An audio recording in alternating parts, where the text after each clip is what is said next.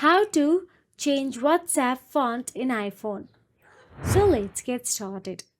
First of all, go back to your iPhone home screen and tap on the settings app available there. Once inside the settings, scroll down and tap on the accessibility option available there. Once inside the accessibility, scroll down till the bottom and tap on the pre-app settings option available there. Once you tap on the pre-app settings, tap on the add app option available there. Then from the list of the apps, look for the WhatsApp app and simply tap on it.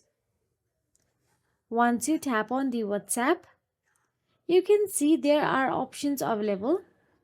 Tap on the WhatsApp again. There you can see large text bold option available there. Tap on the large. And now you can use the slider to increase or decrease the size of the WhatsApp font. You can also make them bold and customize it according to your preferences.